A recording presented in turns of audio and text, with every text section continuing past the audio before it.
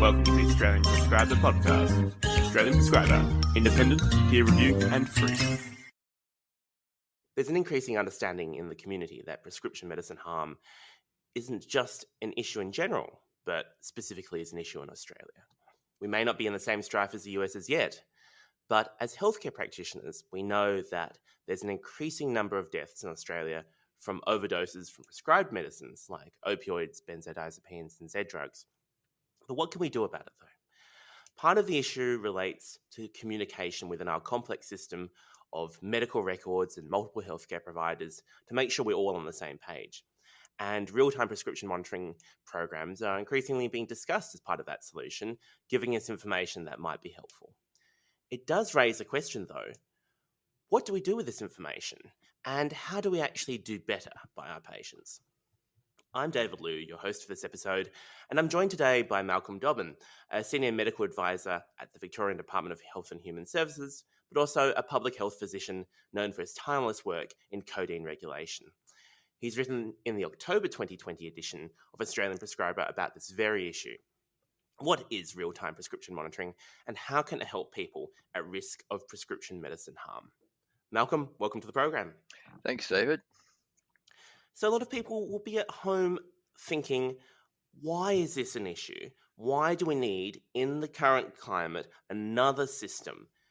What does a real-time prescription monitor? What kind of problem does a real-time prescription monitoring program solve for? So where's the issue here, Malcolm?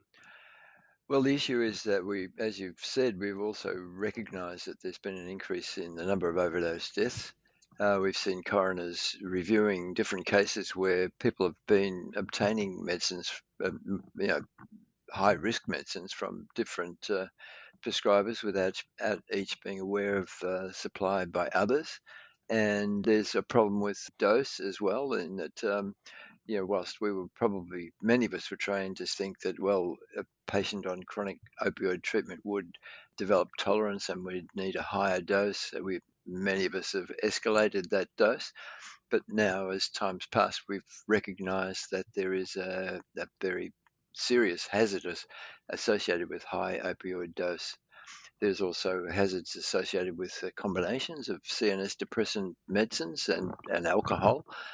So in the past, we haven't been able to coordinate treatment from different prescribers and pharmacies, but now real-time prescription monitoring enables us to do that and find that perhaps the patient might have been seeing numerous prescribers which you maybe have been unaware, or that your dose that's calculated over the previous 90 days exceeds the recommended safe dose of opioids and those risky combinations.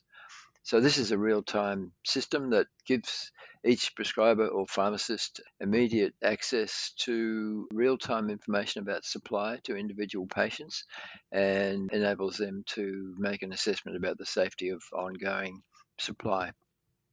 Well, Malcolm, I'd say it seems to me that the thing that we're worried about is running into the kind of situation that the US is in. Perhaps you can tell us a little bit about why that might relate to Australia. I mean, is that something that we should be concerned about here? Or is that just a specifically American problem? Well, I think it's more extreme in the United States, and it's actually an indicator that, when the America sneezes, the rest of the world catches a cold. We've seen that with the global financial crisis in the past, and we're now seeing escalating supply of opioids and inappropriate prolonged prescribing of benzodiazepines in Australia. We're seeing escalating doses here too, and we're seeing different cases. Coroners are seeing cases like the case of James, a young man who used to get up in the morning and go out and get medicines from different prescribers, come home, go to work, come back at night and start using his drugs to get intoxicated, and tried all kinds of things, went into multiple rehab treatments, asked his friends to keep his medicines in a locked cupboard so that he could cut down. But in the end, he lost hope. When the coroner reviewed the case, he'd seen 19 different doctors in the preceding year and had got medicines from 32 different pharmacies. And he lost hope and overdosed, and he was 25 years old. So those kinds of cases led coroners to recommend that real-time prescription monitoring be introduced. But this case of James, is that just a one-off? Are there really a large number of deaths coming out from prescription medicine overdoses? Well, James' case was one of about 30 different cases that coroners investigated and made that recommendation to the Department of Health and Human Services for real-time prescription monitoring. But there are many, many more deaths that don't involve multiple prescribers. And several of those involve very high opioid doses. But the biggest feature is the risky combinations with other CNS depressant medicines, particularly benzodiazepines, but also including some antipsychotics and antidepressants. But the ones we're most concerned about are the ones that are sought because of their psychoactive properties and the ones that are sought for their euphorogenic effects or their contribution in combination, particularly with opioids, both illicit and illicit. The other problem is that the number of deaths involving prescription opioids exceed the number of deaths involving heroin. That's information from the Victorian Coroner's Prevention Unit. So now there are more deaths involving prescription drugs than from illicit drugs or from the road toll. So, it is quite a serious problem already in Australia. Hmm. So it makes sense that we try and give a little bit of throttle to the issue of prescription medicine overdoses. So tell me a little bit about how real-time prescription monitoring services have evolved and why they might be something that might be helpful in this situation. Well, in the past, these systems are set up to coordinate treatment, and they've evolved steadily over the last 20 or so years in the United States to the point now that 49 of the US states have them. Now we know that there are certain features of prescription monitoring programs that enhance their ability to have an effect. So the science about assessing these is evolving. And we know now that if they have certain features, such that there's no delay in entering data into the system, their use is made mandatory. That's integrated into the workflow. That enhances people's ability to use it, and also if it provides proactive alerts about particular risky prescribing or risky supply, such as exceeding an opioid dose threshold or obtaining medicines from multiple providers or risky combinations. Those proactive alerts have been found to actually have an effect. Mm. And I'm expecting it, well, the Victorian SafeScript real-time prescription monitoring includes all of those features, and we've seen a reduction in the number of multiple provider episodes or patients experiencing those episodes, and also a slight decrease in the total amount of opioids supplied in Victoria. So I think now that we know the more evolved science in this area does indicate that they can be effective. I'd really like to know a bit about what our frontline colleagues should be doing about this in practice. Because having been in the situation where unexpectedly I found a patient in front of me who has more prescribers than I expected or imagined, it can be hard to know what to do. Well, let's perhaps maybe if you can talk me through a little bit about what you might advise, Malcolm, Mhm. as a former GP and as someone with enormous insight into medicine's related harm.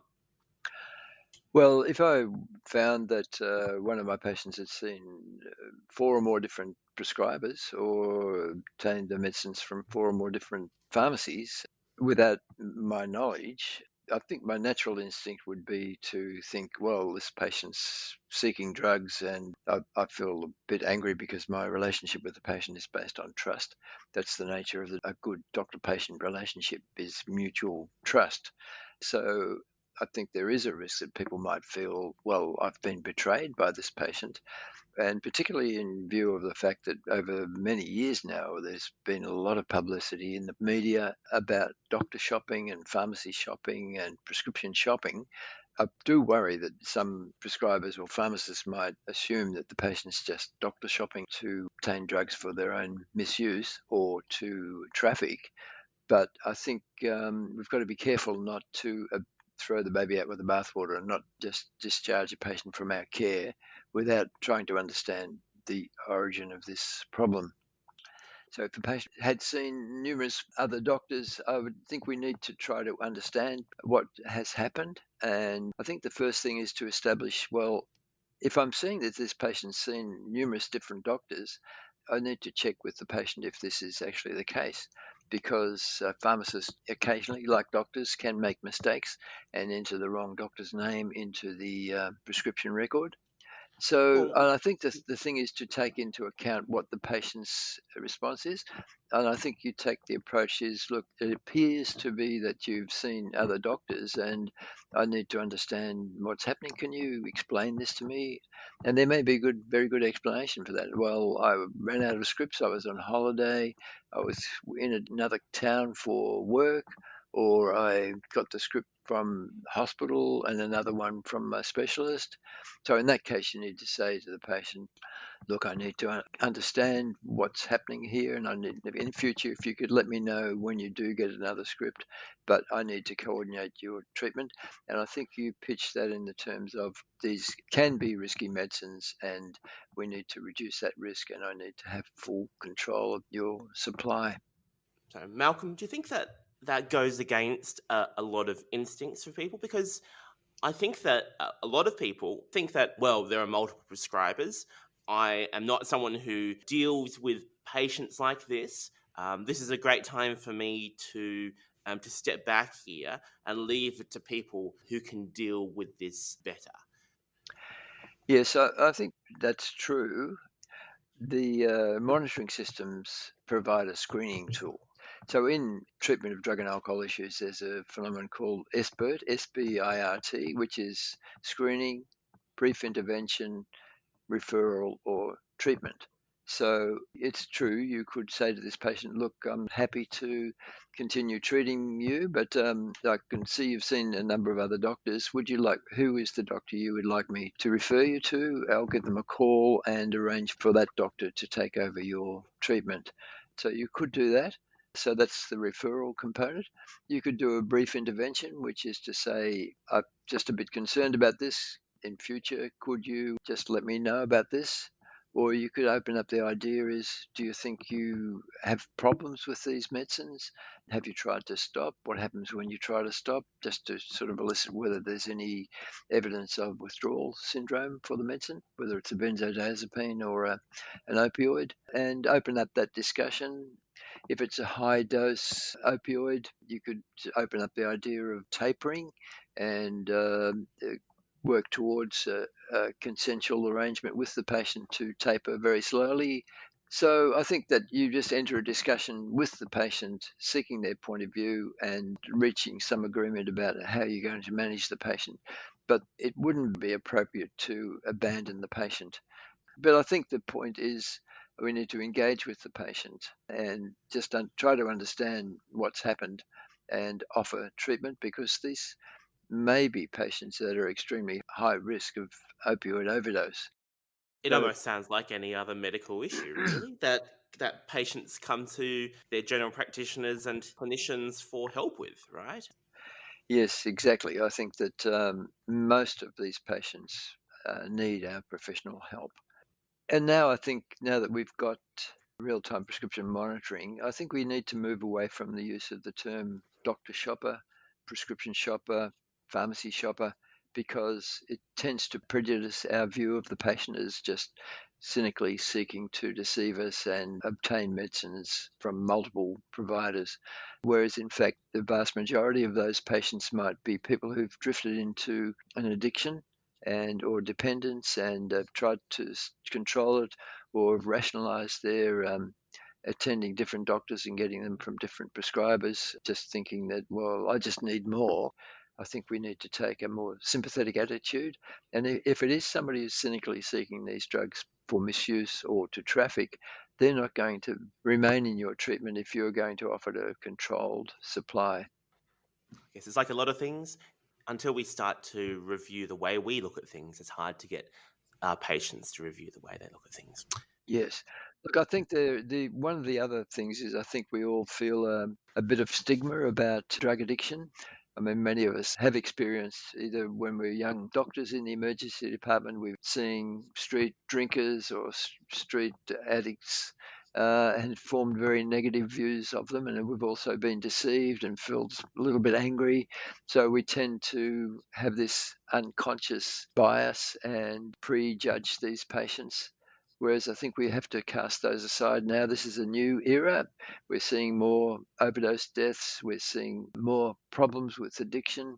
We're seeing an increased supply of opioids, more patients on opioids than have ever been on opioids before. We're entering a new era. We've now got a new tool that can help us sort through this and provide the professional response that people might need. Fantastic. Malcolm, thank you very much for joining us on the program today. Thanks, David. Thank you.